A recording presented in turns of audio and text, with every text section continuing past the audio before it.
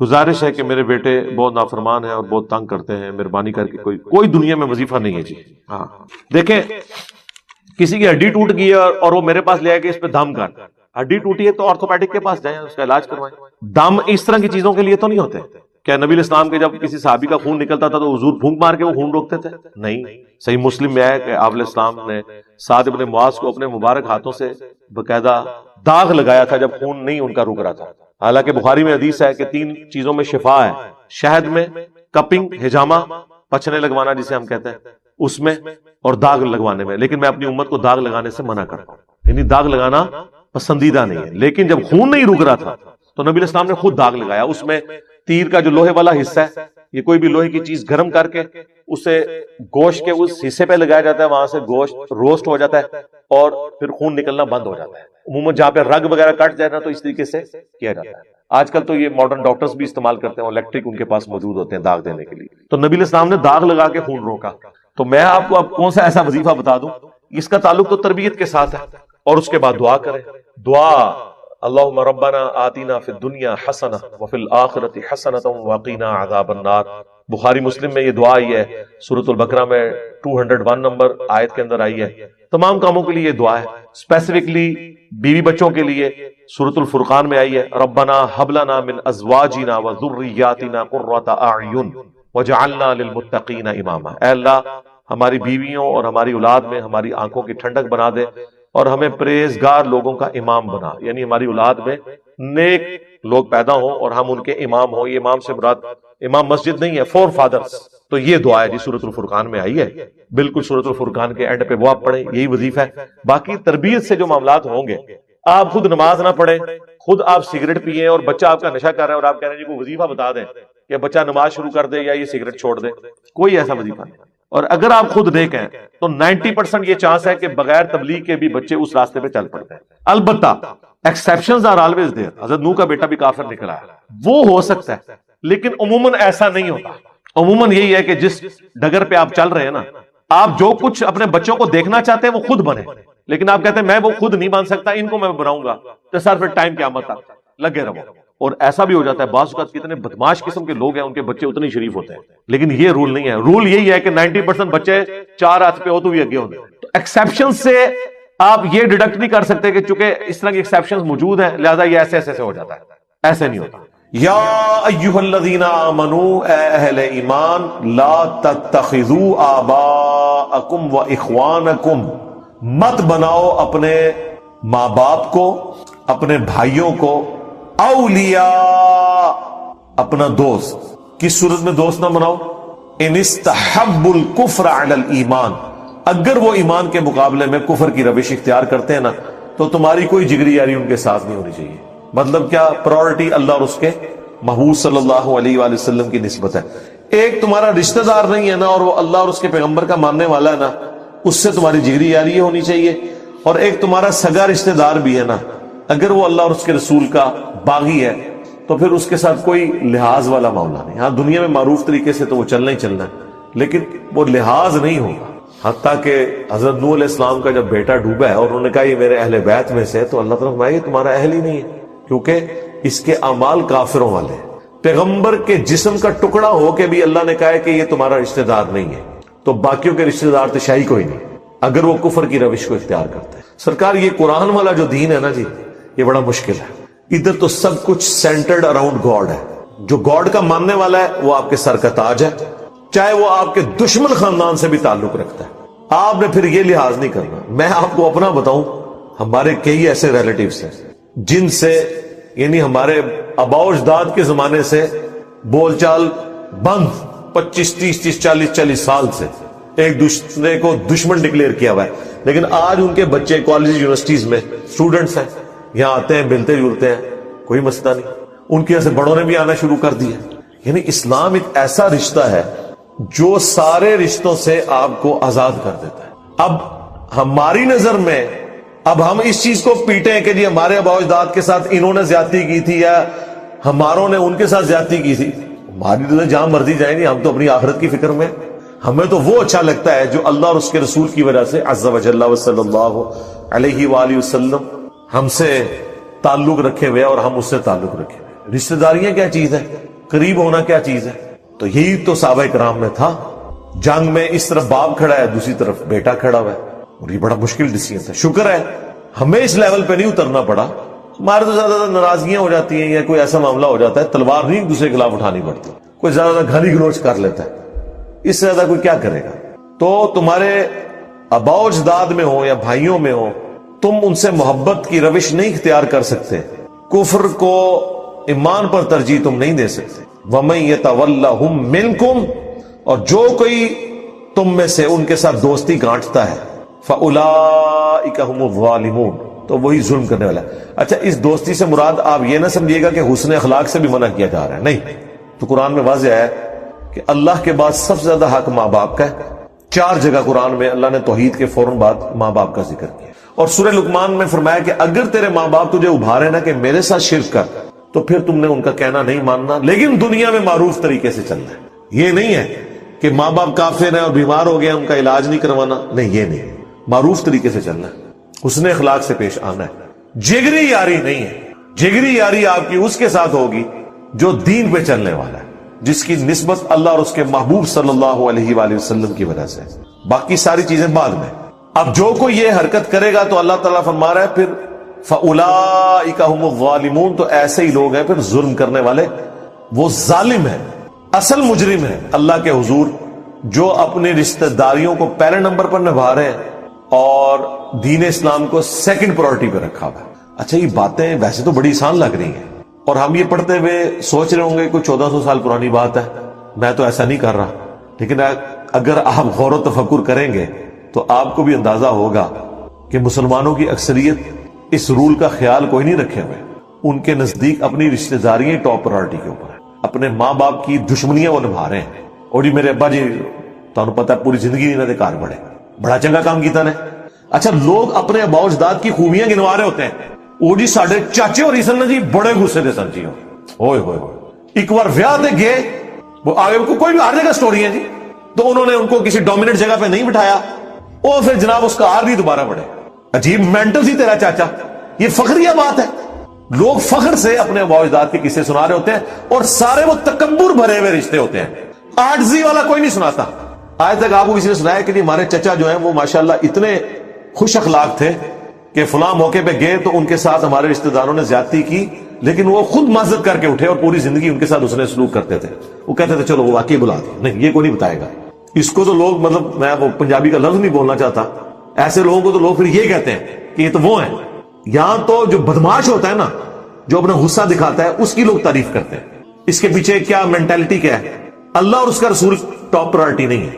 Top priority ان کی اپنی رشتہ داریاں ہیں، خاندان ہے، اپنی رسومات ہے. ٹھیک ہے. اور اگر کوئی اس طرح روٹین سے ہٹ کے بات کرتا ہے، لوگ کہتے ہیں ہی پاگل ہے یار، انہوں کے ایک ایڑی گلاں کر رہے ہیں.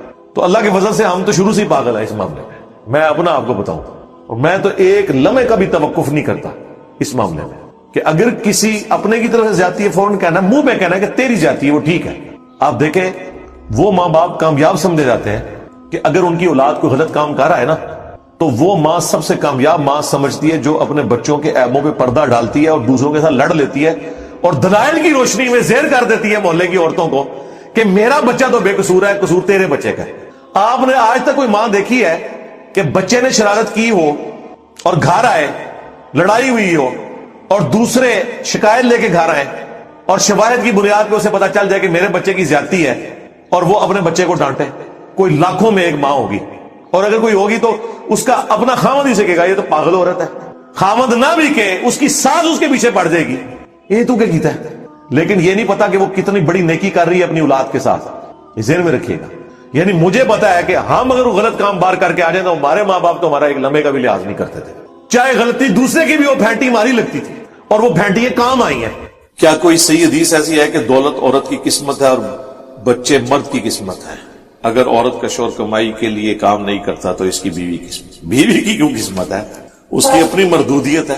بخاری اور مسلم دونوں میں حدیث ہے کہ اے نوجوانوں کے گروہ، تم میں سے جس میں استطاعت ہو وہ نکاح کرے. نکاح کرنا نگاہوں کو نیچا رکھتا ہے اور تمہاری شرمگاہ اور عفت اور عصمت کی حفاظت کا ذریعہ ہے. اور جو نکاح نہ کر سکتا ہو وہ روزے رکھ کے اپنی شہوت کو ٹھنڈا کرے. تو وہ استطاعت کیا ہے؟ شہوت اس میں پہلے ہی موجود ہے، نہ مرد نہیں ہے وہ. اور اللہ کے نبی فرما رہے ہیں کہ مرد ہو تو شادی کرو، اور مرد ہونے کے باوجود شادی نہیں کر رہے تو کس بنیاد پہ؟ استطاعت نہیں، یعنی فائنینشل یہ حالت نہیں ہے. یہاں پہ بھی لوگ جو کام نہیں کرتے وہ کہتے ہیں بیاہ کرا دو، یعنی بیاہ کرنا خود اتنا بڑا کام ہے کہ سارے کام پھر کرے گا. ایسا نہیں ہوتا. شادی وہی کرے جو اس فائنینشل سسٹم کو لے کے چل سکتا ہے. ورنہ تو جو بعد میں لڑائی اور جھگڑے ہوتے ہیں، دو خاندان آپس میں پھٹ جاتے ہیں، بہنوں میں اتنا پیار ہوتا ہے کہ بیویاں اپنے خامدوں سے لڑائی کرتی ہیں اپنی بھانجیوں اور بھتیجیوں کے بارے میں. یہ ہر گھر کی سٹوری ہے. ایک لفظ نہیں سن سکتی وہ اپنی بھانجیوں اور بھتیجیوں کے بارے میں اپنے خامن سے.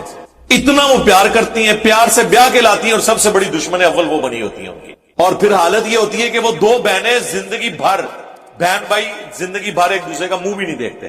تو اس سے تو بہتر تھا شادی نہیں ہوتی.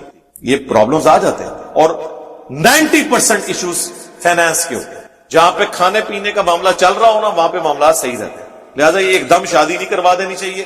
تو قسمت والا معاملہ نہیں ہے، یہ انسان نے اپنے معاملات کو خود لے کے چلنا ہے. یہ اللہ تعالیٰ تو اس طرح کی چیزوں میں بلیو نہیں کرتا. یہ سب کے سب معاملہ اللہ تعالیٰ کے اختیار میں. سورہ الشورى کے اینڈ پہ آیا اللہ تعالیٰ جسے چاہتا ہے بیٹے دیتا ہے، جسے چاہتا ہے بیٹیاں دیتا ہے، جسے چاہتا ہے دونوں دیتا ہے، جسے چاہتا ہے بے اولاد رکھتا ہے. اللہ نے تو اس کو مرد و عورت کے ساتھ لیٹ ہی نہیں کیا. یہ تو اللہ کی مرضی ہے. ایون آپ دیکھیں کرسچینٹی کے اندر اما حوا کے اوپر بلیم کیا جاتا ہے کہ انہوں نے ورگلایا تھا ابا جی آدم کو علیہ السلام. ایو کہتے ہیں، اور ایو سے ایول بنا ہوا ہے، برائی کی جڑ ایو، حوا. لیکن قرآن آپ کھول کے دیکھیں سورۃ الاعراف میں سٹارٹ ہی میں قصہ آدم اور ابلیس پوری تفصیل کے ساتھ آیا ہے، اور وہ تسنیہ کے سیغے کے ساتھ. ان دونوں نے یہ کیا، ان دونوں کو ہم نے یہ حکم دیا، وہ دونوں یہ کرنے لگے. ہر جگہ اللہ نے تسنیہ کا سیغہ ہے، سنگولر کا سیغہ یوز ہی نہیں کیا. یعنی دونوں نے غلطی کی. اور یہاں پہ لوگ جو ہے نا وہ ڈال دیتے ہیں. ویسے تو اب سائنس تو خیر کچھ اور ہی بات کرتی ہے، وہ میں یہاں پہ ڈسکس نہیں کرنا چاہتا. وہ تو مرد کے کھاتے میں ڈالتی ہے اولاد کے اس ایشو کو. بہرحال نہ وہ مرد کے کھاتے میں نہ عورت کے، یہ اللہ نے ڈیسائیڈ کرنا ہے. مرد کی بھی کیا اپنی کمپیٹنسی ہے. کتنے جوڑے ہیں مرد و عورت، ان کو ڈاکٹرز نے میڈیکلی فٹ قرار دیا ہے، اولاد نہیں ہوگی. 15 20 سال، بعض اوقات پوری زندگی اولاد نہیں ہوتی. کتنی عورتیں ہیں، عورت اور مرد بالکل ٹھیک ہے، اولاد نہیں ہوئی، طلاق ہو گئی، ان دونوں نے نئی شادیاں کی، وہاں اولاد ہوگی. کتنے کیسز اس طرح کے. تو یہ سب کچھ اللہ کے قبضے قدرت میں. اپنی غلطیوں کا وبال اللہ پہ نہ ڈالیں. مسئلہ تقدیر کو آپ یہ سمجھیں. صحیح مسلم کی کتاب القدر چیپٹر آف ڈیسٹنی کی آخری حدیث ہے.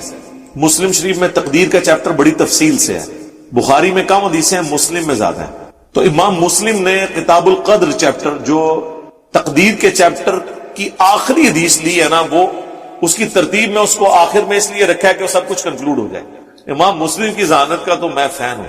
میں اتنا ذہین بندہ. انہوں نے مقدمہ لکھ کے جو ذہانت اس کو شو کی ہے، وہ ان کے ہم اثر ان کے استادوں کو بھی وہ باتیں سمجھ نہیں آئی ہیں جو آج وہی باتیں. آپ صحیح مسلم کا مقدمہ پڑھ لیں، آپ کو لگے گا کہ یہ وہی باتیں ہیں جو آج کے دور میں ہم رونا رو رہے ہیں. امام مسلم کہتے ہیں کہ وہ علماء جاہل کہلوانے کے حقدار ہیں جو ہمارے اس زمانے میں کثرت کے ساتھ حدیثیں اپنی کتابوں میں لکھ رہے ہیں. کیا صحیح حدیثیں ختم ہو گئی ہیں کہ یہ لوگ ضعیف روایتیں اپنی کتابوں میں لکھ کے امت کو فتنے میں ڈال رہے ہیں؟ تو یہ انہوں نے بریلوی دیوبندی اہل حدیث کو تو نہیں کہا. امام مسلم کے زمانے میں کس نے کثرت کے ساتھ اپنی کتاب میں حدیثیں جمع کی؟ امام مسلم نے انہیں کنڈیم کیا اتنے سخت الفاظ میں. لیکن عقل مندی کی نام نہیں لیا. ان کا یہ کیا کام ڈالنے لگے ہو. پھر انہوں نے کنکلوڈ کیا مقدمے کو دیکھو حدیث سے یا حلال و حرام اخذ ہوتا ہے یا ترغیب اور ترہیب ہوتی ہے، یعنی کسی کام کی ترغیب دلانا اور کسی گناہ سے ڈر سنانا، یا کوئی شرعی احکام اس سے استنباط کیے جاتے ہیں، یا حلال و حرام کا فیصلہ ہوتا ہے. ان تینوں کیسز میں صحیح حدیث ہونا ضروری ہے کیونکہ دین کی بنیاد آپ اس پہ رکھیں. تو اتنے وہ سخت الفاظ کے ساتھ امام مسلم کی یہ ذہانت تھی.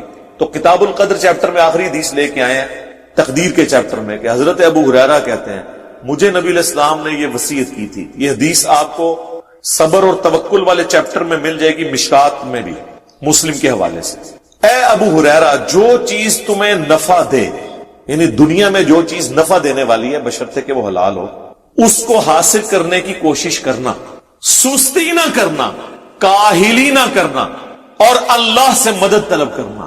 پھر بھی اگر رزلٹ تمہارے خلاف آئے تو کبھی یہ نہ کہنا کہ میں یہ کر لیتا تو یہ ہو جاتا، میں وہ کر لیتا تو وہ ہو جاتا، اگر مگر شیطان کا دروازہ کھول دیتا ہے۔ یہ آخری حصے پہ تو لوگ ایمفسائز کرتے ہیں، پہلے حصے پہ ذرا آپ غور کریں کہ کوشش پوری کرنی ہے، سستی اور کاہلی نہیں کرنی اور اللہ سے مدد طلب کرنی ہے۔ یعنی یہ نہیں ہے کہ آپ خالی پیپر دروشی پڑھ کے پھونک کے دے آئے انشاءاللہ فیل ہی ہوں گے، کیونکہ آپ نے کاہلی پوری حدیث پہ تو عمل نہیں کیا۔ یعنی دنیاوی طور پہ آپ نے اپنی پوری ایفرٹ پٹ کرنی ہے، اس کے بعد اللہ سے مدد طلب کرنی ہے، پھر بھی رزلٹ آپ کے خلاف آئے نا، پھر آپ نے سمجھ لینا ہے کہ کوئی اور ہستی ہے جو یہ نہیں چاہتی کہ یہ اس طرح ہو اور میرے حق میں وہی بہتر ہے۔ جو سورۃ البقرہ میں آئے کہ کئی چیزیں جس سے تم کراہت کرتے ہو اور اس میں تمہارے لیے خیر چھپی ہوتی ہے، اور کئی چیزیں جس سے تم محبت رکھتے ہو کہ تمہارے حق میں ہو جائیں اور اس کے اندر تمہارے لیے شر چھپا ہوتا ہے، اللہ جانتا ہے تم نہیں جانتے۔ میں اپنی زندگی میں کئی واقعات آپ کو ایسے بتا سکتا ہوں پرسنل، جو اس وقت میری زندگی کے برے ترین واقعات تھے، لیکن آج میں کہتا ہوں کہ کاش وہ حادثات اس سے پہلے ہو جاتے ہیں، اس کا اینڈ رزلٹ پہلے سامنے آ جاتا، اور اس وقت یہ لگ رہا تھا کہ اس سے بڑی تکلیف میرے پہ کوئی آ نہیں سکتی۔ یہ ہر بندے کی زندگی میں ایسے واقعات ہیں، لیکن چونکہ اللہ تعالیٰ مستقبل کو فورسی کر رہا ہوتا ہے، اللہ کو پتا ہوتا ہے اس میں سے میں نے نکالنا کیا ہے۔ نبی علیہ السلام جب مکے سے مدینے کے لیے نکلے ہوں گے تو جامع ترمذی اٹھا کے دیکھ لیں، حضور پلٹ پلٹ کے کعبے کی طرف دیکھ رہے ہیں کہ اے کعبہ تو مجھے سب سے بڑھ کر محبوب ہے اس روئے عرض پہ، لیکن کیا کروں، تیرے باشندے مجھے یہاں رہنے نہیں دیتے۔ آپ کی مبارک زندگی کے 63 سالوں میں سے 52 سال مکے کی فضاؤں میں گزرے ہیں، صرف 11 سال مدینہ شریف۔ لوگ مدینہ مدینہ کرتے ہیں، ضرور کریں، لیکن مکے میں 52 سال ہمارے محبوب علیہ السلام نے سانس لیا ہے، مدینے میں صرف 11 سال۔ آپ کا آبائی وطن بڑی مشکل سے چھوڑا، مجبوراً، آپ کی خواہش تو نہیں تھی کہ آپ کو نکال۔ تو آپ دیکھیں حضور کو دعا تعلیم کی گئی سورہ بنی اسرائیل میں، ربی ادخلنی مدخل صدق واخرجنی مخرج الصدق، اے اللہ مجھے جہاں اب تو نے داخل کرنا ہے نا، سچائی کے ساتھ داخل کرنا ہے، اور مجھے جو یہاں سے نکال رہا ہے نا، سچائی کے ساتھ نکالنا، اور اے اللہ اپنی طرف سے میرے لیے کوئی مددگار مقرر کر۔ وہ آپ کے ساتھی بھی تھے، حضرت جبرائیل بھی تھے۔ بخاری مسلم کی حدیث ہے نا کہ علی کی میرے ساتھ وہی نسبت ہے جو ہارون کی موسیٰ کے ساتھ۔ تو شیعہ اس آیت سے کہتے ہیں حضرت علی مددگار ہوئے، بالکل حضرت علی بھی مددگار ہیں، حضرت ابوبکر عمر عثمان بھی مددگار ہیں، اور سیدنا علی کی تو عمر 8 سال تھی جب نبی الاسلام نے اپنی دعوت و تبلیغ کا آغاز کیا۔ اس وقت دوسرے اصحاب جو بڑی عمروں کے تھے انہوں نے حضور کی فزیکل پروٹیکشن کی ہے نا، سیدنا علی تو 8 سال کے تھے، 8 سال کا بچہ کیا کر سکتا ہے؟ اس زمانے میں کون؟ سعد بن ابی وقاص، عبد الرحمن بن عوف، سیدنا ابوبکر، یہ لوگ جو بڑی عمر کے لوگ تھے۔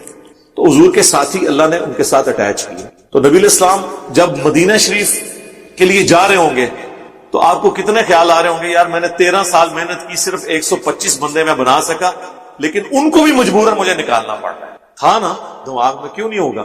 کیا اس وقت اللہ کے نبی کو یہ بات پتا تھی کہ 13 سال میں تو 125 ہوئے ہیں، اگلے 13 سال کے اندر رومن اور پرشین امپائر بھی آپ کے غلاموں کے قدموں میں ہو؟ اس وقت کوئی بتاتا بھی تو لوگ مذاق اڑاتے، جیسا کہ وہ غزوہ خندق کے موقع پر مذاق نہیں اڑایا تھا منافقین نے کہ ہم تو پیشاب کرنے کے لیے باہر نہیں نکل سک رہے، سامنے سے تیر آ جاتے ہیں خندق کے پار سے، اور یہ نبی کہہ رہا ہے کہ رومن اور پرشین امپائر گرے گی۔ عمر سیریز میں انہوں نے وہ دلائل النبوہ امام بیہقی کی جو کتاب میں وہ حدیث فلمائی نہیں ہے، جو ایک پتھر نہیں ٹوٹ رہا تھا تو حضور علیہ السلام کو بلایا گیا، آپ نے 3 دفعہ اس پہ کدال مارا۔ پہلی دفعہ فرمایا اللہ نے مجھے یمن عطا فرما دیا، دوسری دفعہ فرمایا کہ اللہ نے مجھے رومن امپائر دے دی ہے، میں تو وہاں کے وہ رومن امپائر کا جو محل ہے وہ بھی دیکھ رہا ہوں، تیسری دفعہ فرمایا پرشین امپائر بھی۔ اور اگر تم اپنے نبی پہ یقین رکھتے ہو کہ وہ سچا پیغمبر ہے تو اللہ کے وعدے پہ یقین رکھتے ہو۔ دیکھیں پھر صحابہ نے ایسا یقین کیا ہے کہ کانفیڈنس ان کا لوز ہی نہیں ہوا۔ ورنہ مجھے بتائیں اللہ کی نبی کی وفات کے بعد جب ہزاروں لوگ مرتد ہو جائیں، اس قبائلی سسٹم میں جہاں قبیلے جب مرتد ہوتے تھے تو پورے پورے قبائل ہی، چونکہ ایک سردار مرتد ہوتا تھا نا تو وہ پورے پورے قبیلے ہی نکل جاتے تھے، وہاں پہ چند اصحاب اتنے کانفیڈنٹ ہوں کہ ہر محاذ کے اوپر جنگ کھول لیں۔ حضرت ابوبکر صدیق منکرین زکات کے خلاف بھی، مرتدین کے خلاف بھی، 2 جھوٹے پیغمبر ان کے خلاف بھی، اور پہلل میں رومن امپائر کے لیے بھی بھیجا ہوا ہے جناب اسامہ ابن زید کو. وہ اتنے بڑے بڑے اصحاب بھی وہ بھی کہہ رہے ہیں کہ حضرت اتنے محاذوں پہ تو آپ جنگ نہ کھولیں, یہ تو مدینے پہ حملہ کر کے لوگ قبضہ کر لیں گے دارالخلافہ کے اوپر, تو ہم کیا کریں گے. ان کا اللہ کے نبی کا وعدہ ہے یہ سب فتوحات ہونی ہے. پھر آپ دیکھیں وہی ہے, آدھا جو پرشین امپائر تو حضرت ابوبکر کے دور میں گر گئی تھی, باقی کا جو ہے وہ سیدنا عمر اور سیدنا عثمان کے دور میں جا کے آپ دیکھ لیں رشیا افغانستان تک فتوحات ہو چکی تھی. ایک مختصر جماعت کا اتنا کانفیڈنس اللہ کے اندر. تو یہ تقدیر کے جو معاملات ہیں, وہ تقدیر کا مطلب یہ نہیں ہے کہ آپ نے کوشش نہیں کرنی ہے, کوشش بھی کرنی ہے, لیکن اگر رزلٹ خلاف آئے تو نبی علیہ السلام نے کہنا ہے, یہ نہیں کہنا اگر مگر سے مراد یہ نہیں ہے کہ مطلب یہ تو انسان کہہ سکتا ہے کہ اگر میں نے محنت کی ہوتی تو میں پاس ہو جاتا, تو یہ تو اگر کہنا ہے, نہیں کی تھی نا تائیں فیل ہوا ہے نا. لیکن کوئی ناگہانی آفت آ گئی, کوئی ایکسیڈنٹ ہو, بندہ بیمار ہو, تو اس میں میری بہتری تھی. اور اس کے اینڈ پہ آپ نے کہنا انا للہ و انا الیہ راجعون, جو ہمیں قرآن نے دعا سکھائی, جو مولا علی کا قول ہے کہ میں نے اپنے ارادوں کے ٹوٹنے سے اللہ کو پہچانا. حقیقت بات, ارادوں کا ٹوٹنا, آپ کو سب کچھ حالات و واقعات آپ کی فیور میں ہو, پھر بھی رزلٹ آپ کے خلاف آئے, تو یقیناً اس میں کوئی ایسی حکمت چھپی ہے جو بعد میں ظاہر ہو. ہماری اکیڈمی آپ دیکھ لیں, میری زندگی میں تو میں آپ کو کئی واقعات بتا سکتا ہوں, وہ بالکل پھر پرسنل نوعیت کے ہیں, اگرچہ اس کے افیکٹ پوری دنیا کے اوپر ہے. ہمارے جو حیدر بھائی کہتے ہیں کہ اکیڈمی تو چھوٹی سی ہے لیکن فتنہ عالمی ہے. یہ اکیڈمی میں کتنے 250 300 400 بندے آ جاتے ہیں. جب ہم نے دعوت کا کام شروع کیا تھا تو ایک چھوٹی سی مسجد میں درس دیتا تھا, 2008-9 کی بات تھا. تو وہ ظاہر ہے وہ سچی بات تو کسی کو بھی ہضم نہیں ہوتی. ایک اہل حدیث کی مسجد تھی, انہوں نے کچھ عرصے بعد کہا درس سے ختم کریں. ہم نے کہا ٹھیک ہے, ہم نے اپنے گھر میں شروع کر لیا. ٹھیک ہے, آپ کیا سمجھتے ہیں جب مسجد میں ایک ہی مسجد میں درس ہو رہا ہو وہاں سے آپ کو نکال دیں یا کہ یہاں پہ درس آپ نے نہیں دینا, وہ نکالنے والے بھی سمجھ رہے ہوں گے کہ یار اس کا تو مستقبل برباد کر دیا. پھر وہ گھر والا معاملہ ہوا, پھر اس کے بعد اکیڈمی تو یہ خیر ہمارے اپنے لوگوں کے لیے تھی, شروع میں ریکارڈنگ ہی ہوتی تھی صرف اپلوڈ کرنے کے لیے. تو اب دیکھیں اللہ نے ایک نیا اس کا سلسلہ شروع کر دیا. آپ مجھے بتائیں جن لوگوں نے درس بند کیا ہے نا, سب سے بڑے مجرم وہ ہیں اس اکیڈمی کے, نہ وہ درس بند کرتے نہ یہ فتنہ عالم. تو کیا اولاد کی دعا سے اگر مرحوم والدین کے ساتھ آگے کوئی بڑا معاملہ ہو رہا ہو تو اللہ تعالیٰ بچ سکتا ہے؟ میں اپنے والدین کی بخشش کے لیے دعا کرتا ہوں, بالکل, اور دعا کرتا ہوں کہ وہ مجھ سے خوش ہو جائیں. آپ سے خوش ہوں گے جب آپ ان کے رشتہ داروں کے ساتھ اس نے سلوک کریں گے. ابو داؤد میں حدیث ہے ایک بندے کی ماں مر گئی, آپ نے فرمایا تیری خالہ زندہ ہے تو اس کے ساتھ اس نے سلوک کر. پلس یہ کہ دعا کریں. ابن ماجہ میں حدیث ہے کہ ایک شخص کے مرنے کے بعد اللہ تعالیٰ جنت میں اس کا ایک درجہ بلند کرتا ہے, تو پوچھتا ہے میں نے تو یہ عمل نہیں کیا تھا, تو بتایا جاتا ہے کہ تیرے بیٹے نے تیرے لیے استغفار کی تھی. صحیح مسلم میں حدیث ہے میت کو 3 ثواب پہنچتے ہیں. ایک تو اس نے اپنی زندگی میں نیکی کا کوئی کام کیا تھا, مرنے کے بعد ملے گا.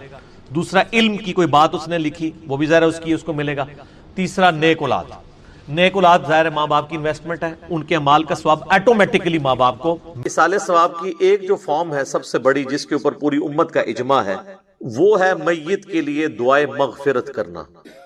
یہ ہے اصل بنیاد, باقی ساری چیزیں اس کے بعد میں آتی ہیں. اور اس کی جڑ قرآن میں ان الفاظ کے اندر موجود ہے. سورۃ الحشر کی آیت نمبر 10 ہے, اعوذ باللہ من الشیطان الرجیم, بسم اللہ الرحمن الرحیم. والذین جاءوا من بعدہم, وہ اہل ایمان جو کہ بعد میں آنے والے ہیں, یقولون, وہ کہتے ہیں اپنے سے جو اگلے گزر چکے ہیں ان کے حق میں دعا کرتے ہوئے, ربنا اغفر لنا ولاخواننا الذین سبقونا بالایمان, اے رب ہمارے مغفرت فرما دے ہماری اور ہمارے بھائیوں کی جو ہم سے پہلے ایمان کی حالت میں دنیا سے رخصت ہو گئے. ولا تجعل فی قلوبنا غلا للذین آمنوا, اور ہمارے دل میں کوئی کجی, کوئی ٹیڑھ پن, کوئی بغض و کینہ ان لوگوں کے بارے میں نہ رکھ جو مر چکے. ظاہر ہے جو مر چکا ہے وہ اپنے انجام کو پہنچ چکا ہے. صحیح بخاری میں حدیث ہے کہ مردوں کو گالی مت دو, وہ اپنے انجام کو پہنچ چکے ہیں, اچھے یا برے. ربنا انک رؤوف الرحیم, اے میرے رب بے شک, اے ہمارے رب بے شک تو بخشنے والا ہے, مہربان ہے. تو یہ اہل ایمان کو یہ بات سکھائی گئی ہے کہ ان کی یہ روش ہونی چاہیے کہ جو بھی ایمان کی حالت میں ان سے پہلے لوگ چلے گئے ان کے لیے دعائیں مغفرت کریں. اب یہ ایک الگ حقیقت ہے تلخ کہ ایمان کی حالت میں ہمارے معاشرے کے اندر تو اسی کو سمجھا جاتا ہے جو آپ کے فرقے پہ مرا ہو, کیونکہ دوسرے فرقے پہ مر جائے تو وہ تو ایمان کی حالت میں مرا ہی نہیں ہے.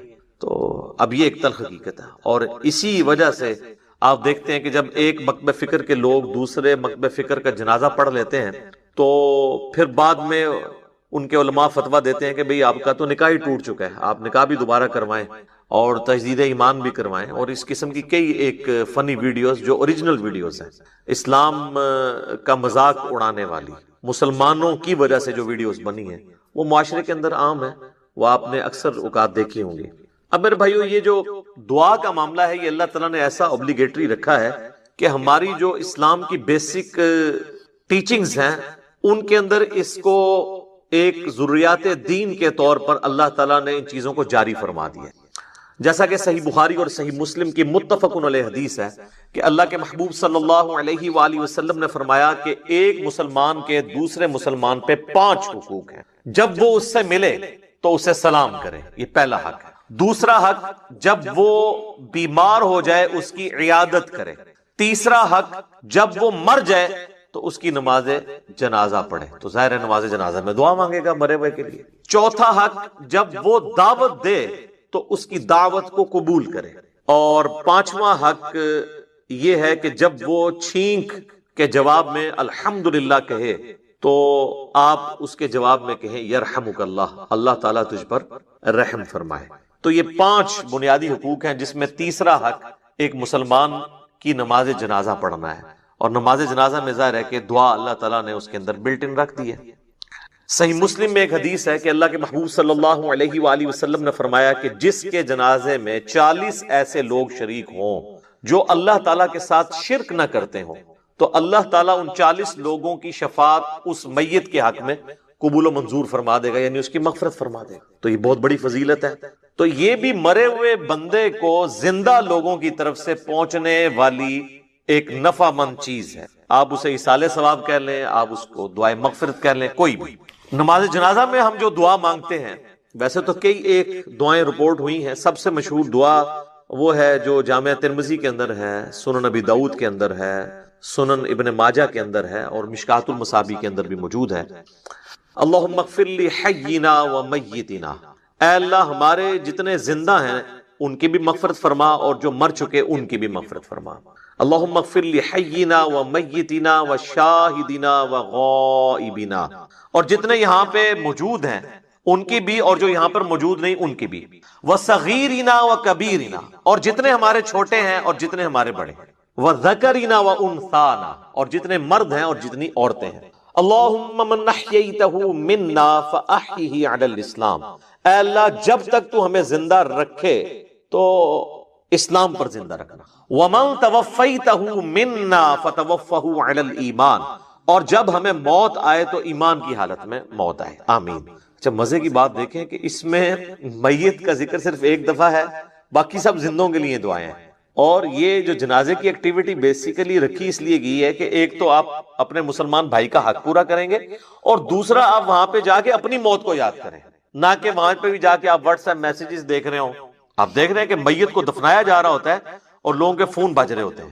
کئی لوگ تو یعنی میت کو دفنانے کے لیے قبر میں اترے ہوتے ہیں نا، تو ان کے بھی فون وہاں پہ بج رہے ہوتے ہیں۔ یعنی یہ ہماری کمٹمنٹ کا لیول ہے آخرت کے ساتھ اور دنیا کے ساتھ، یہ آپ کمپیریزن کر سکتے۔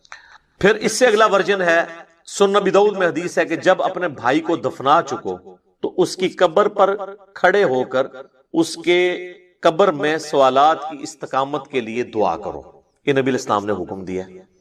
ایک تو ویسے ہمارے یہاں پہ عموماً لوگ نماز جنازہ کے بعد دعا مانگنا شروع کر، تو وہ تو کوئی ثابت نہیں ہے۔ وہ جس سنن نبی داؤد یا سنن نسائی کی حدیث کا سہارا لیتے ہیں وہ تو الفاظ ہی کچھ اور ہیں۔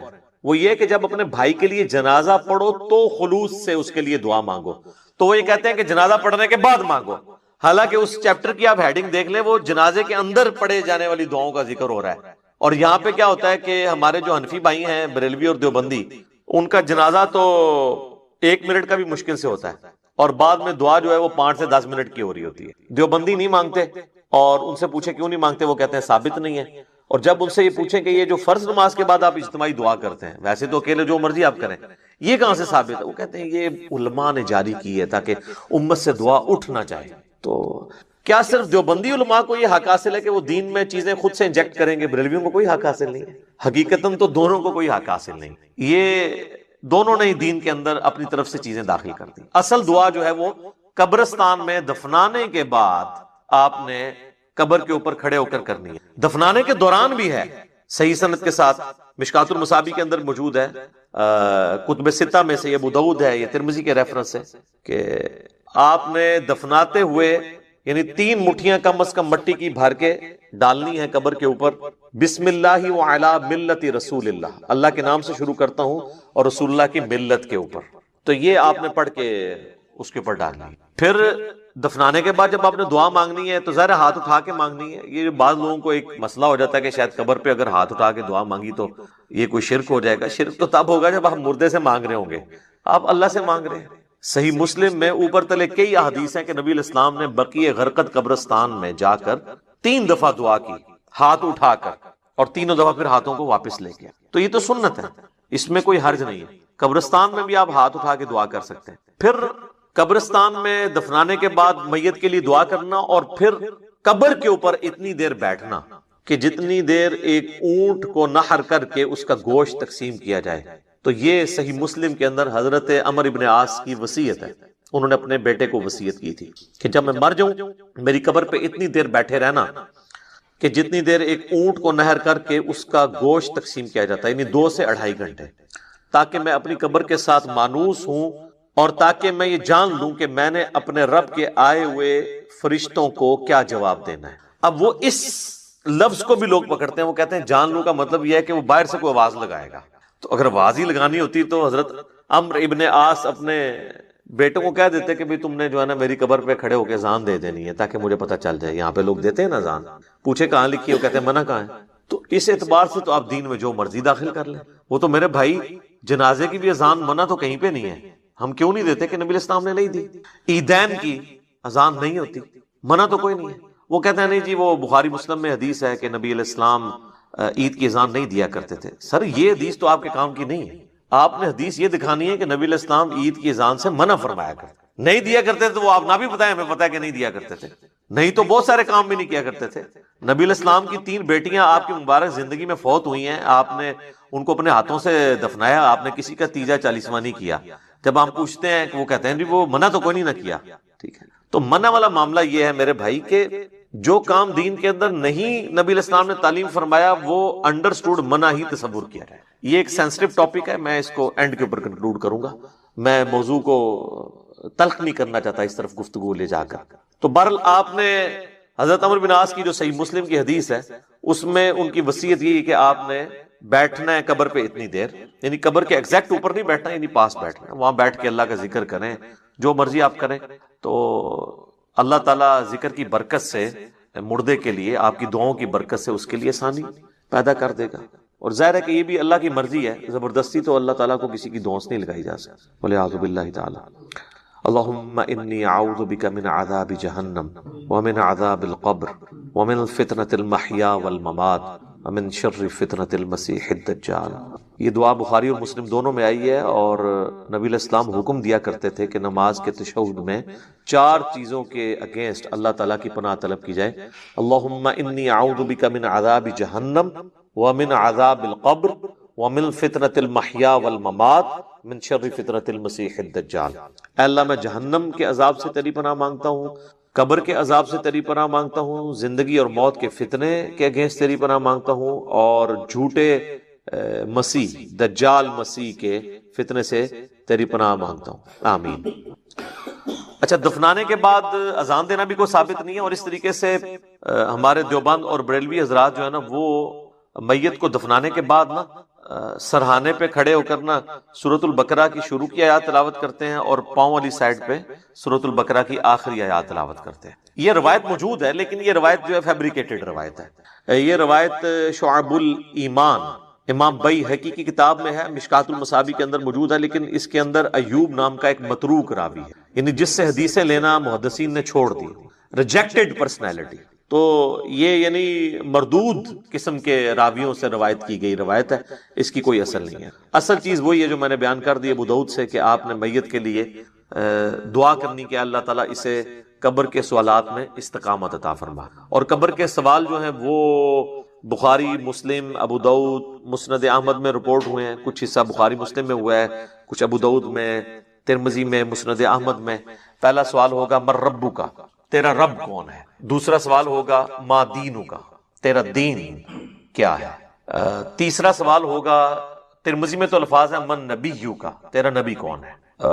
بخاری میں الفاظ ہیں ما کنت تقول فی حق ھذا الرجل، تو اس مرد کے بارے میں دنیا میں کیا کہا کرتا تھا، یا تو کیا کہے گا اس کے بارے میں؟ وہ کہتے ہیں جی نبی علیہ السلام کی شکل مبارک دکھائی جاتی ہے اور پوچھا جاتا ہے اس مرد کے بارے میں، تو یہ حاضر رجل، وہ کہتے ہیں حاضا کا مطلب تو ہے کہ وہاں پہ موجود ہوں گے۔ سر اگر حاضا کا مطلب وہاں پر موجود ہوں گے تو اس کے جواب میں یہ تو نہیں ہونا چاہیے ہوا محمد رسول اللہ، ہوا تو پھر جو ہے وہ تھرڈ پرسن کا صیغہ ہے، ہونا چاہیے حاضا محمد رسول اللہ۔ تو اس کا جو ایک طریق ہے مسند احمد اور سنن ابی داؤد میں، اس میں الفاظ ہیں اس مرد کے بارے میں تیرا کیا خیال ہے؟ الذی بعث فیکم، جس کو اللہ نے تم میں مبعوث کیا تھا نبی بنا کے۔ یہ نہیں کہ یہ جو قبر میں آپ کے سامنے آئے ہوئے ہیں یا کوئی قبر میں تصویر دکھائی جاتی ہے، یہ بالکل جھوٹی بات ہے۔ تو یہ 3 سوالات، اور ایک چوتھا سوال ہے جو میں نے ایکسپلور کیا تھا جس کی وجہ سے کافی ہنگامہ کھڑا ہوا کہ قبر میں 3 نہیں 4 سوال ہوں گے۔ وہ چوتھا سوال جو ہے وہ مؤمن کے لیے اور منافق کے لیے ڈیفرنٹ ہوتا ہے، وہ بخاری میں بھی ہے، سنن ابی داؤد کے اندر بھی۔ مؤمن جو ہے وہ تینوں سوالات کے جواب دیتا ہے تو فرشتے چوتھا سوال کرتے ہیں کہ تجھے کیسے پتا چلا؟ تو وہ کہتا ہے کہ میں نے اللہ کی کتاب پڑھی اور نبی علیہ السلام کے نبی ہونے کی تصدیق کی۔ تو اللہ کی کتاب اگر پڑھی نہیں ہوگی تو تصدیق کیسے کریں گے؟ یہ کتاب پڑھیں گے تو آپ تصدیق کریں گے۔ تو اور منافق کہتا ہے ہائی ہاتا لا ادری، ہائے افسوس مجھے کچھ پتا نہیں، مجھے کچھ پتا نہیں۔ تو فرشتے اس کو کہتے ہیں کہ تو نے خود پڑھ کر سیکھنے کی، سمجھنے کی کوشش کیوں نہیں کی، یا کسی ایسے شخص سے پڑھنے کی کوشش کیوں نہیں کی جسے ان چیزوں کا پتا تھا؟ دونوں معنی درست ہیں۔ تو جب تک آپ خود اللہ کو سیریس نہیں لیں گے آپ سچائی تک پہنچ نہیں سکتے۔ تو اس لیے میں نے کہا تھا قبر میں 3 نہیں 4 سوال ہونے ہیں، اور چوتھا سوال جو ہے وہ تمام سوالات کی جان ہے۔ اگر زندگی میں پتا چل جائے تو پہلے 3 سوالوں کا جواب کے لیے تیار ہونا آپ کے لیے آسان ہو جائے گا، ادروائز تو مشکل ہو جائے گا۔ بہرحال ایک ضمناً یہ بات تھی۔ تو قبر پہ بھی آپ نے دعاؤں میں مردوں کو یاد رکھنا ہے، اس کے بعد عام حالت میں بھی آپ جب قبرستان جائیں گے تو آپ کو دعا سکھائی گئی ہے۔ صحیح مسلم میں الفاظ ہیں السلام علیکم اہل الدیار من المؤمنین والمسلمین وَإِنَّا إِن شَاءَ اللَّهُ بِكُمْ لَلَاحِقُونَ نَسْأَلُ اللَّهَ لَنَا وَلَكُمُ الْعَافِيَةَ۔ تم پر سلامتی ہو اے مؤمنین اور مسلمین جو اس قبرستان کے اندر دفن ہو، خواہ مرد ہو یا عورت ہو۔ السلام علیکم اہل الدیار من المؤمنین والمسلمین وَإِنَّا إِن شَاءَ اللَّهُ بِكُمْ لَلَاحِقُونَ، اور اللہ نے چاہا تو ہم بھی عنقریب تمہارے ساتھ آ کے ملنے والے ہیں، ظاہر ہم نے بھی مرنا ہے۔ اور پھر 7 الفاظ ہیں کہ ہم تم سے تمہارے لیے اور اپنے لیے اللہ کے حضور عافیت کا سوال، نسأل اللہ لنا ولکم العافیہ، ہم اللہ سے سوال کرتے ہیں تمہارے لیے اور اپنے لیے عافیت کا۔ یہ دعا ہے۔ تھوڑے بہت الفاظ کے فرق کے ساتھ صحیح مسلم میں اور دعائیں بھی ہیں، بل یہ سب سے آسان دعا، یاد رکھنی بھی آسان ہے۔ ایک دعا ہے جامع ترمذی کے اندر السلام علیکم یا اہل القبور، وہ روایت اصول محدثین پہ ضعیف ہے، اصل دعا یہی ہے۔ بلکہ صحیح مسلم میں ایک حدیث ہے، عائشہ کہتی ہیں کہ نبی علیہ السلام ایک دفعہ میرے ساتھ بستر پہ لیٹے تھے، تو تھوڑی دیر بعد آپ نے یہ محسوس کیا کہ میں سو گئی ہوں، تو آپ علیہ السلام چپکے سے اپنے بستر سے نکلے اور بقیع غرقد مدینے کے قبرستان کی طرف چلے گئے۔ تو کہتی ہیں میں بھی نا جاسوسی کرنے کے لیے پیچھے کسی اور بیوی کے پاس نہ چلے گئے، میں بھی نکلی اور میں نے حضور علیہ السلام کو دیکھا کہ آپ بقیع قبرستان میں یوں ہاتھ اٹھا کے دعا کر رہے ہیں، 3 دفعہ آپ نے ہاتھ اٹھا کے دعا کی اور اپنے ہاتھوں کو واپس کیا۔ تو وہ کہتی ہیں میں جلدی جلدی بھاگتی بھی واپس آئی، آ کے بستر پہ لیٹ گئی، اور یہ یعنی میں نے ایکٹ کرنے کی کوشش کی کہ میں تو یہاں سے گئی نہیں تھی، لیکن سانس پھولا ہوا تھا، سانس تو نہیں کو روک سکتا۔ وہ بزرگ ہی ہیں جو 12 دن تک وضو روک کے رکھتے ہیں، تو چونکہ جھوٹ ہوتا ہے نا، تو کہتے ہیں کہ میرا سانس پھولا ہوا تھا۔ نبی علیہ السلام جب واپس آئے تو انہوں نے سیدہ عائشہ سے فرمایا کہ تم میرے پیچھے آئی تھی، اور اگر تم مجھے نہیں بتاؤ گی نا تو تمام غائب کا جاننے والا تو مجھے بتا ہی دے گا۔ علم غیب بھی کلیئر کر دیا حضور نے۔ آپ نے نہیں کہا کہ مجھے تو پتا ہے، میں تو حاضر و ناظر ہوں، ان کا مجھے اللہ تو خبر دے دے گا۔ تو تم نے کیا گمان کیا اللہ اور اس کا رسول تمہارے ساتھ خیانت کریں گے، یعنی میں کسی اور بیوی کے پاس چلا گیا؟ تو ان کا یا رسول اللہ ایسا ہی تھا، میں آپ کے پیچھے آئی تھی۔ تو آپ نے فرمایا کہ اصل میں جب میں لیٹا تو جبرائیل علیہ السلام اللہ کی طرف سے میرے پاس آئے اور انہوں نے مجھے اللہ کا پیغام دیا کہ اللہ تعالیٰ آپ کو حکم دیتا ہے کہ آپ بقیع غرقد کے جو مدفن ہے وہاں پہ لوگ، ان کے لیے جا کے دعائیں مغفرت کریں۔ اچھا، وہ دعائیں مغفرت تو آپ وہاں بھی بیٹھ کے کر سکتے تھے، اس سے یہ پتا چلی کہ قبرستان جا کے دعائیں مغفرت کرنا یہ چیز پسندیدہ ہے اللہ تعالیٰ کو، اور پھر نبی علیہ السلام سے دعا کروانا یہ امت کی تعلیم کے لیے بھی تھا۔ تو نبی علیہ السلام نے وہاں پہ دعا کی، آپ کی دعا کی برکت کا حصہ ان لوگوں کو نصیب ہوا۔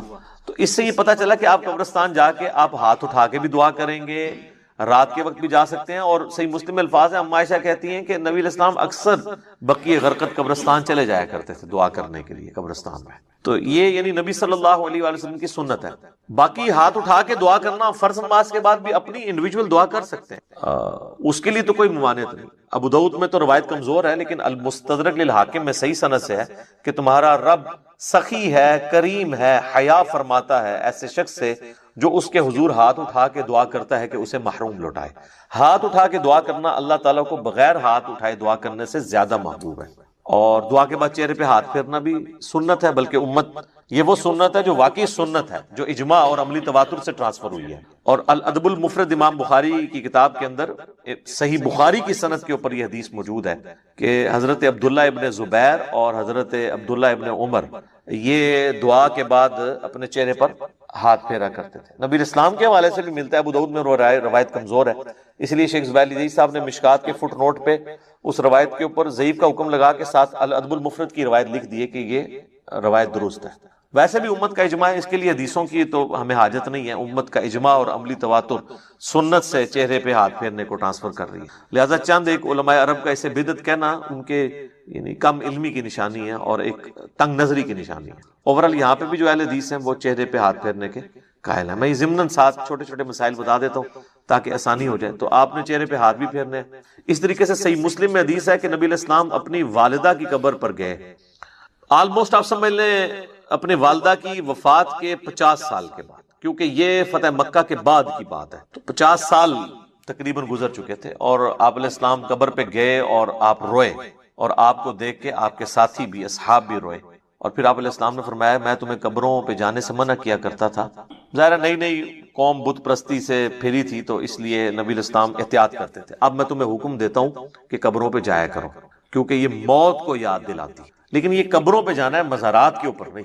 مزارات پہ تو سیلفیاں ہوتی ہیں اور بہت کچھ ہوتا ہے جس کا دین سے کوئی تعلق نہیں۔ جہاں پہ اللہ اور اس کے محبوب صلی اللہ علیہ وآلہ وسلم کی نافرمانی کے کام ہوتے ہو نا، وہاں پہ آپ نے جانا بھی نہیں ہے۔ سنن ابی داؤد میں حدیث ہے کہ ایک صحابی نے کہا کہ میں نے منت مانی ہے کہ میں اونٹ قربان کروں گا مقام بوانا پہ جا کے، بعض روایتوں میں آیا کہ 100 اونٹ۔ تو نبی علیہ السلام نے فرمایا کہ دیکھنا وہاں پر زمانے جاہلیت میں کسی بت کی پرستش تو نہیں ہوتی تھی، اس زمانے میں، اب نہیں، اگر اس زمانے میں بھی ہوتی تھی نا تو نہیں جانا، یا وہاں پر کوئی زمانے جاہلیت میں میلہ تو نہیں لگا کرتا تھا۔ انہوں نے دونوں چیزیں جب رسول اللہ کو کنفرم کی تو آپ صلی اللہ علیہ وآلہ وسلم نے پھر ان کو اجازت دے دی، ٹھیک ہے کہ تم کرو۔ پھر آپ علیہ السلام نے فرمایا کہ ایسی منت نہ پوری کرو جو تمہیں یعنی عاجز کر دے، اس طرح کی منت نہ مانو، اور اگر مانی ہے تو اس کو منت کو پورا نہ کرو، اور اللہ کی نافرمانی میں بھی منت نہ مانی جائے، اور جو اللہ کی نافرمانی میں ہوگی آپ نے اس کا کفارہ بھی نہیں دینا ہوگا۔ جیسے میرا بیٹا ہوا تو اس کی چٹکیاں فلاں دربار پہ جا کے منواؤں گا، تو اب یہ ساری منت اس کو توڑ بھی دیں، توڑنا واجب ہے اور کفارہ بھی نہیں۔ اگر کوئی صحیح کوئی منت مانی تھی تو آپ اس کا کفارہ ادا کریں گے۔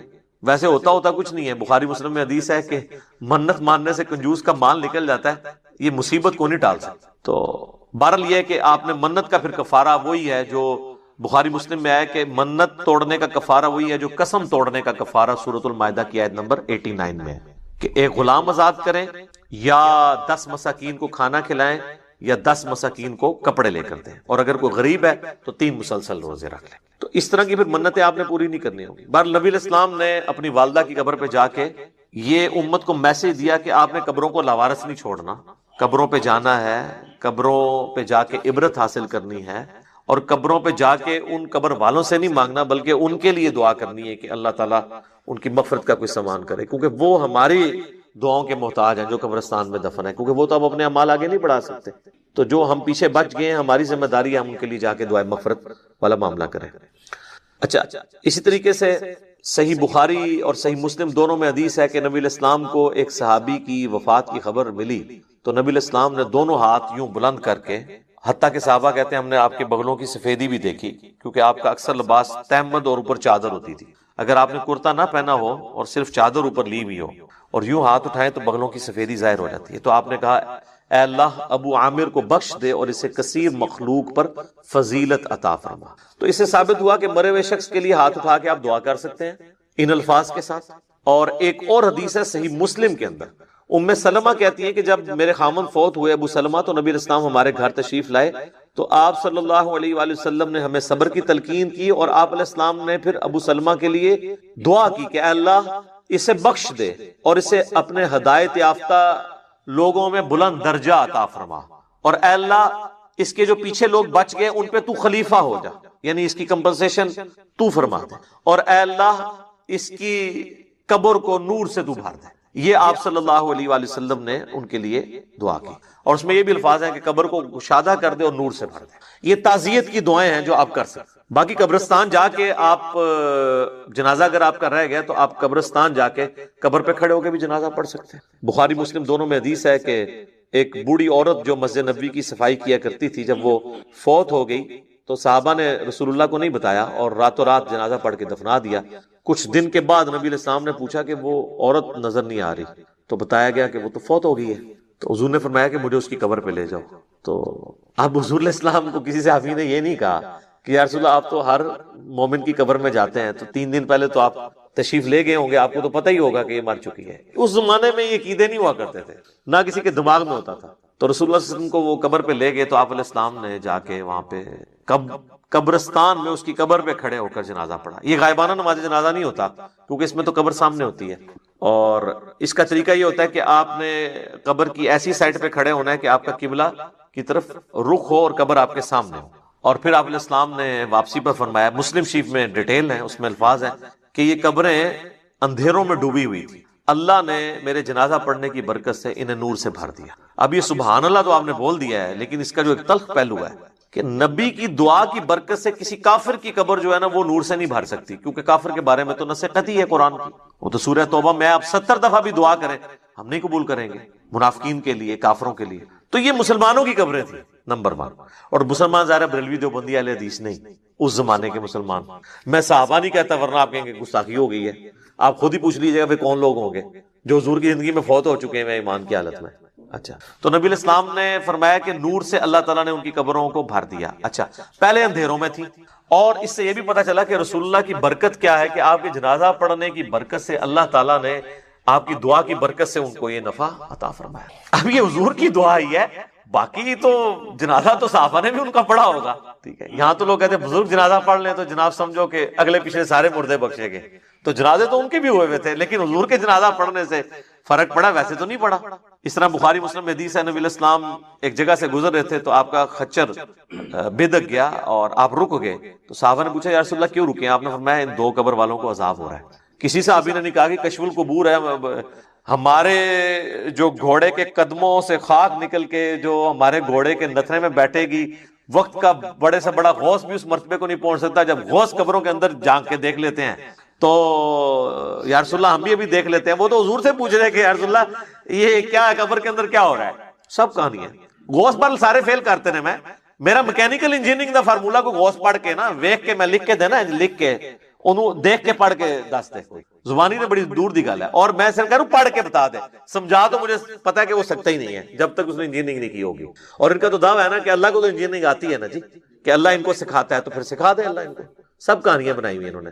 تو نبی علیہ السلام فرمایا کہ ایک پیشاب کے چھینٹوں سے نہیں بچتا تھا، دوسرا چغلی کھایا کرتا تھا۔ پھر آپ علیہ السلام نے ایک ٹہنی درخت کی توڑی، اس کے 2 حصے کیے اور اسے لگا دیا دونوں قبروں پہ۔ آپ نے فرمایا جب تک یہ ہری رہیں گی نا ان کے عذاب میں تخفیف ہوگی۔ اب یہ حضور کے ہاتھوں کی برکت ہے۔ لوگوں نے پھر آگے ضرب تقسیمیں لگا دی کہ جی وہ ٹہنیاں جو ہے اللہ کا ذکر کریں گی اور ذکر کرنے کی برکت سے یہ ہوگا، اور سب ٹہنیاں لگانے سے کیا ہونا ہے؟ وہ رسول اللہ کے مبارک ہاتھوں کی برکت تھی۔ اور اسی کو پھر ایکسٹراپولیٹ کیا نا انہوں نے قبروں پہ جو پھول ڈالتے ہیں، تو پھر آپ پھول نہ ڈالیں، جو نبی علیہ السلام نے کیا آپ وہی کام کریں۔ آپ ضرور ٹہنی لگائیں، اور یہاں پہ لوگ لگا بھی دیتے ہیں دفناتے وقت سرانے سائڈ کے اوپر، تو آپ سنت کے اوپر اسی سنت کے اوپر عمل کریں۔ تو آپ نے فرمایا ایک پیشاب کے چھینٹوں سے نہیں بچتا تھا اور ایک چغلی کھایا کرتا تھا۔ بظاہر ایک دیکھنے میں معمولی سے گناہ ہے، لیکن ان کا عذاب یہ یعنی ان کو دیکھنا پڑا۔ تو نبی صلی اللہ علیہ وآلہ وسلم کے اس عمل کی برکت سے ان تک یہ نفع پہنچا۔ تو یہ تو حضور کی برکات ہے۔ تو بعض لوگ یعنی نبی علیہ السلام کے قبرستان جنازہ پڑھنے سے غائبانہ نماز جنازہ کی طرف جاتے ہیں. غائبانہ نماز جنازہ یہ نہیں ہے. صحیح بخاری میں موجود ہے نبی علیہ السلام نے نجاشی کا نماز جنازہ غائبانہ پڑھا اور آپ کو اللہ تعالیٰ نے وحی کے ذریعے بتایا تو آپ نے فرمایا کہ تمہارا بھائی جو ہے وہ نجاشی فوت ہو گیا تو اس کے لیے 4 تکبیریں کہیں. تو امام بخاری نے اس پہ باب نہیں باندھا کہ غائبانہ نماز جنازہ کا جواز. امام بخاری کو پتا تھا یہ نجاشی کی خصوصیت ہے, کیونکہ نجاشی کی تو وہ حیثیت نہیں تھی جو رسول اللہ کے اور اصحاب کی تھی. حضور کے نزدیک سب سے لاڈلے صحابہ, جن میں ٹاپ آف دا لسٹ حضرت زید ابن حارثہ, جن کا نام قرآن میں ہے سورۃ الاحزاب میں, حضور کے منہ بولے بیٹے, اور وہ جنگ موتا میں شہید ہوئے. تو بخاری کے الفاظ ہیں, آپ مدینہ شریف میں رو رہے ہیں کہ میرے زید کو شہید کر دیا گیا, میرے جعفر کو شہید کر دیا گیا, عبداللہ بن رواحہ کو شہید کر دیا گیا, اور پھر مسلمان اللہ کی تلواروں میں سے ایک تلوار یعنی خالد بن ولید پر متفق ہوئے ہیں. تو وہ اپنی فوج بچا کے واپس لانے میں کامیاب ہو گئے رومن امپائر کے گئے. لیکن نبی علیہ السلام نے ان کا کوئی نہیں کہا کہ اٹھو تو زید پہ نماز جنازہ غائبانہ پڑھے. تو یہ غائبانہ نماز جنازہ کیٹاسٹرافک کنڈیشن میں اگر کوئی کفر کی سرزمین میں مر گیا ہے اور وہاں پہ اس کا کوئی یعنی نماز جنازہ پڑھنے والا نہیں ہے تو آپ یہاں پہ ضرور پڑھیں. یہاں تو ایک شہر میں مرتا ہے, ہزاروں کا جنازہ ہوتا ہے, دوسرے شہر میں اس کا غائبانہ پڑھ رہے ہوتے ہیں, اور اس کا پڑھ رہے ہوتے ہیں جو ذرا امیر ہوتا ہے, جس نے زیادہ فنڈ دیا ہوتا ہے. غریب آدمی کے لیے کہتے ہیں جی دعا, امیر آدمی کے لیے غائبانہ نماز جنازہ.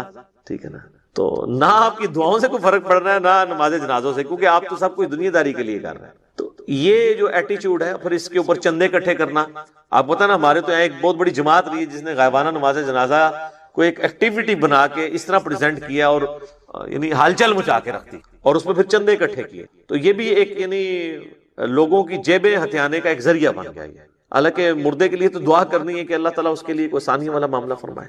تو نبی صلی اللہ علیہ وآلہ وسلم نے دعا کے حوالے سے جو چیزیں تعلیم فرمائی ہیں میں نے کوشش کی ہے کہ آپ تک پہنچیں, کہ آپ نے دعا کرنی ہے جب کوئی شخص مر جاتا ہے اس کے لیے دعا کرنی ہے جنازے کی شکل میں, پھر قبرستان میں جا کے دعا کرنی ہے اس کی قبر پہ کھڑے ہو کے, اس کے بعد قبر پہ بیٹھے رہنا ہے اتنی دیر 2-2.5 گھنٹے جتنی دیر اونٹ نہر کر کے اس کا گوشت تقسیم کیا جاتا ہے, چند لوگ بیٹھ جائیں. اس کے بعد بھی وقتاً فوقتاً جب قبرستان جانا ہے اس کے لیے دعا کرنی ہے, اور قبرستان نہ بھی جائیں اپنی نمازوں کے اندر آپ نے دعا کرنی ہے اس کے لیے. تو کئی ایک دعائیں ہیں, آپ یہ دعا تو ضرور کریں اپنے نماز کے تشہد میں. بخاری مسلم میں حدیث ہے جب تم تشہد پڑھ چکو, دروشی پڑھ چکو, تو جو چاہو اپنے رب سے مانگو. تو کم از کم اپنے ماں باپ کے لیے دعا مانگیں, رب ارحمہما کما ربیانی صغیرا, اے رب ان دونوں پر رحم فرما جس طرح انہوں نے بچپن میں مجھے پالا تھا. رب اجعلنی مقیم الصلاۃ ومن ذریتی ربنا وتقبل دعاء ربنا اغفر لی ولوالدی وللمؤمنین یوم یقوم الحساب. اللهم ربنا آتنا فی الدنیا حسنۃ وفی الآخرۃ حسنۃ وقنا عذاب النار. اللهم انی اعوذ بک من عذاب جہنم ومن عذاب القبر ومن فتنة المحیا والممات ومن شر فتنة المسیح الدجال. آمین. یہ ساری دعائیں جتنی بھی آپ کو دعائیں یاد ہیں وہ آپ پڑھیں. مشکات المصابی کی آپ پہلی جلد میں تشہد کی دعاؤں کے بیان میں چلے جائیں تو آپ کو کئی ایک دعائیں مل جائیں گی, وہ یاد کریں. قرآن میں جتنی دعائیں آئی ہیں وہ آپ مانگ سکتے ہیں, اس موقع پہ مانگیں. تو یہ میت کے اوپر, مرے ہوئے شخص کا حق ہے زندوں کے اوپر کہ اس کے لیے دعا کریں. وہ بات وہیں سے شروع ہوئی تھی سورۃ الحشر کی آیت نمبر 10 سے, ربنا اغفر لنا ولاخواننا الذین سبقونا بالایمان. جو ایمان کی حالت میں دنیا سے چلے گئے ہیں, اے اللہ ان کو بخش دے ہمارے بھائیوں, ان کے لیے دعا کرنی چاہیے. یہ اصالہ ثواب کا سب سے بڑا ذریعہ ہے اور سب سے زیادہ زور اسی کے اوپر ہونا چاہیے. اس کے علاوہ بھی ذریعہ موجود ہے لیکن جو اصل بنیاد ہے وہ ہے دعا. اب آ جائیں جو باقی ذرائع ہیں. اس کی اصل وہ حدیث ہے جو صحیح مسلم کے اندر موجود ہے کہ اللہ کے محبوب صلی اللہ علیہ وآلہ وسلم نے فرمایا کہ جو شخص مر جاتا ہے نا تو اس کے تمام اعمال منقطع ہو جاتے ہیں, یعنی اب کوئی عمل وہ کر نہیں سکتا. سر میں یہ الفاظ جب پڑھتا ہوں نا یا بیان کرتا ہوں میں کانپ اٹھتا ہوں کہ جو مر گیا اب وہ کچھ نہیں کر سکتا. ایک بار سبحان اللہ کی بھیک بھی نہیں مانگ سکتا کہ میں ایک سیکنڈ مجھے مل جائے کہ میں سبحان اللہ کہہ. آپ صلی اللہ علیہ وآلہ وسلم نے فرمایا سوائے 3 اعمال کے. مسلم شریف کے الفاظ ہیں. نمبر 1 صدقہ جاریہ, یعنی اس نے اپنی زندگی میں کوئی نیکی کا کام کیا, کہیں کنواں کھدوا دیا تھا, کہیں مسجد بنوا دی تھی, کوئی یتیم خانہ بنوا دیا تھا, اور اس طرح کی چیز جو اس کے مرنے کے بعد بھی جاری رہی, جس میں اس نے اپنی انویسٹمنٹ کی تھی مالی طور پر یا فزیکلی, تو وہ اس کو ثواب ملے گا. اور جینون ہے, ظاہر ہے کہ اس میں ہم اسے کوئی نفع نہیں پہنچا رہے, اس کے اپنے کیے ہوئے اعمال کا ثواب اسے ہم انڈائریکٹلی اس طرح پہنچا رہے ہیں کہ ہم اگر اس کنویں سے پانی پیتے ہیں تو جتنے لوگ پیئیں گے اس کا ثواب اسے ملے گا. دوسرا فرمایا کہ علم نافع، جو نفع مند علم ہے، اگر کسی نے دنیا میں کوئی نفع مند علم پھیلایا تھا تو اس کے مرنے کے بعد اس کو ثواب ملے. تو اس کے لیے تو میرے پاس دنیا میں اگر کوئی سب سے بڑی مثال ہے نا تو وہ صحیح بخاری اور صحیح مسلم ہے. ان ائمہ کو جو اللہ نے اتنی بڑی بات سجھائی کہ انہوں نے نبی علیہ السلام کی سنت کو ریٹن ریکارڈ کے طور پر جمع کیا. آج نا 1200 سال تو ہو چکے ہیں، کوئی ان کے پائی کی کتاب لا نہیں سکا. اب تو ویسے ہی بھول جائیں آپ. وہ حدیث کا بھی جو پیریڈ تھا وہ پہلے 500-600 سال کا تھا، اس کے بعد تو سب کے سب جو ہے نا وہ ناقل ہی ہیں پرانے بزرگوں کے. محدثین جو اپنی اسناد سے حدیثیں پہنچاتے تھے وہ تو اب فوت ہو چکے، کیونکہ اب تو سند ہی بہت لمبی ہو گئی ہے. 1000 سال کی سند کون یاد رکھے؟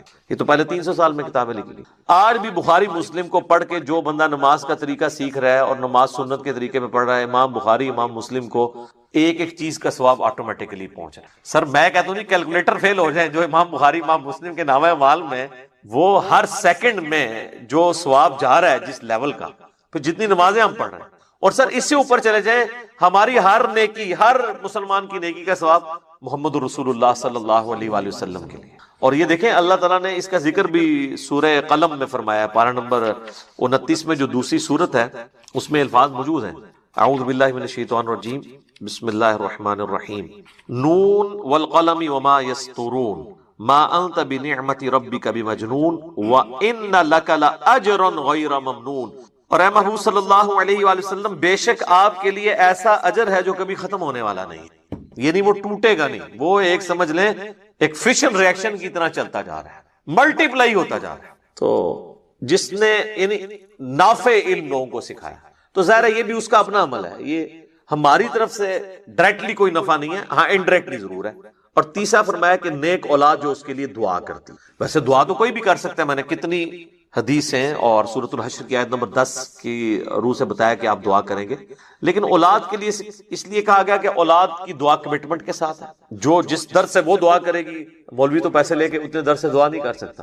اور دوسرا، اولاد کے ہر نیک عمل کا ثواب آٹومیٹکلی ماں باپ کو ملتا ہے، چاہے وہ زندہ ہو چاہے وہ مر چکے ہوں. اس کی وجہ یہ ہے کہ اولاد انویسٹمنٹ ہے ماں باپ کی. سنن ابی داؤد میں حدیث ہے کہ سب سے پاکیزہ کمائی وہ ہے جو انسان کے اپنے ہاتھ کی کمائی ہے، اور انسان کی اولاد بھی اس کی کمائی ہے. اگر اس نے اچھی تربیت کی ہے تو ثواب ملے گا، اور اگر بری تربیت کی ہے تو وبال بھی ملے گا. اس پہ تو وبال ہوگا لیکن اس کے وبال میں بھی کمی نہیں. یہ بھی یاد رکھنا ہے، یہ دونوں چیزیں پیرلل میں چل. اچھا، بعض لوگ کہتے ہیں کہ اگر کسی نے اپنی اولاد کی تربیت اچھی نہیں کی، وہ خود